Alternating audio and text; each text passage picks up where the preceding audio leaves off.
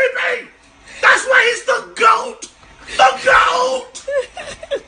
Standing on business. Yes, sir. Standing on business. Yes, sir. Standing on business, brother. The voice acting, animation, soundtrack, and the anime original content. Every single person working on this adaptation deserves a world, a spot in heaven, because my favorite fight in the series is getting an adaptation that truly has reached 120% of its potential. I'm trying to stay calm, but oh my days, that episode got me moving like Hisoka.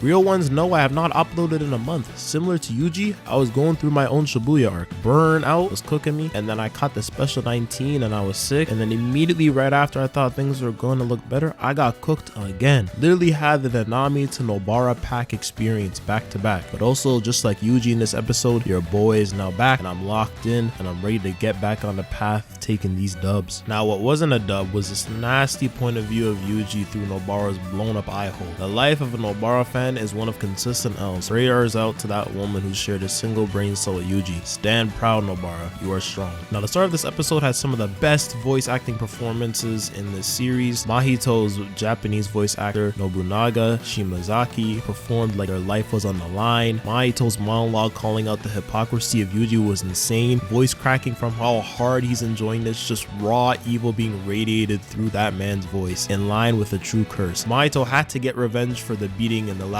episode. Even hit his first black flash on Yuji, which is some real disrespect. But before he has a chance to send Yuji to meet Nanami, the greatest homie of the verse, Todo appears with one of the most iconic entrances in the series. We are the exception. And they nailed it. Had bro walking in slow motion with his theme playing in the background with a bright lighting on, making it look like he's got the spotlight on him on a theater stage. Chef's kiss. It was perfect. If you don't have a friend like Todo, make that a priority, because he is a standard for what a real homie should aspire to be like. Like, Yuji is tweaking, having a mental breakdown, just like all of my college and university subscribers that are currently going through the exam season. And Junya Enoki, the Japanese voice actor for Yuji, absolutely killed it with his performance of this moment. When he said, "I can't forgive myself," I felt that in my chest. That man was broken. But Todo, being the man that he is, is the exact words that our GOAT needs to hear at this moment. What have those people entrusted to you? A beautiful moment that grants Yuji the chance to sit back and take in the tragedy that has happened to him in the past 3 episodes. I've seen a lot of discussion about all the events happening during this Mahito section being too fast, or Yuji not having a chance to grieve the Nami's death, and a lot of complaints about that. But it's kind of the point. Yuji is facing despair repeatedly with a resolve that has been broken a long time ago, and everything's happening so fast he just can't take it all. He's broken. And this episode acknowledges this and calls out the flaw in Yuji's mindset, which is what led him to losing to Mahito before Todo stepped in. You all need to relax and trust the process. Everything's happening for a reason. And after some added hopium that Nobara has a chance of surviving, the left-right goodnight king is back on the battlefield, hitting Mahito with the Itadori Yuji special black flash. Like, I love that they added Yuji's teardrop to symbolize his focus, similar to his moment in season 1 when he first hits Hanami with a black flash, while also showing Nanami saying, "I'll leave the rest to you." That added details like not in the manga, so I really love that they did that. And everything building up to the punch was magnificent. It just got elevated even further than what the manga did. And Todo is so moved by this act of standing on business that he rips his shirt off. One day I will reach a fraction of that physique. I got back in the gym recently, I'm gonna get there soon. Bro looks like he's straight out of JoJo's though. It's pretty crazy.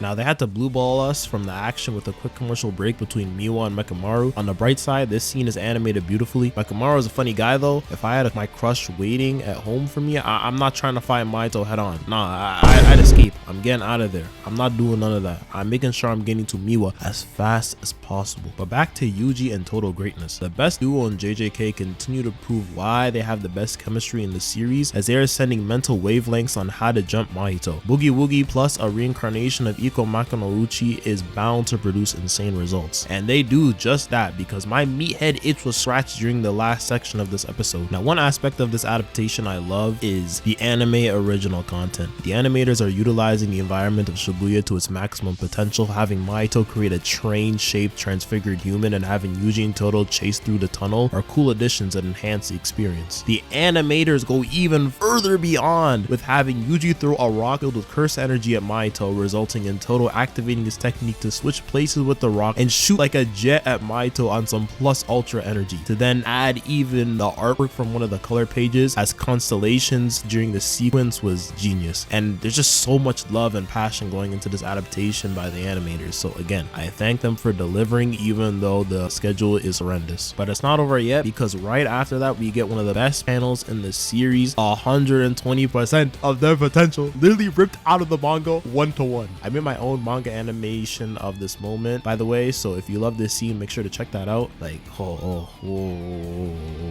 they did not need to do it like that. Like they surpassed my expectations of what I thought they were gonna do. Like, they cooked, bro. Cooked. I was moved. I was like, let's go. I'm sitting there watching the episode, and I'm getting all jittery. I'm tweaking out. I'm like, oh yes, the meathead itch is back. This is what I needed. And with Mahito tweaking as well at the end of the episode, ends there. Wow, man. What an episode. What an episode. Every single episode of this season has been at worst an 8 out of 10. Like, the season isn't even over yet, but I don't care. Anime of the year. I've said it. And with the preview images showing that moment is going to be animated next week, yeah, it's time. It's over. It's wraps. GG's. My favorite moment in the entire series is going to change the lives of so many people next week. Prepare yourselves. And if you're someone who is ready for the inevitable JJK greatness next week that also enjoys anime content that keeps it real, consider subscribing so when I hit 10K, you can brag about being a day one. I gotta get back in the kitchen to cook. Peace.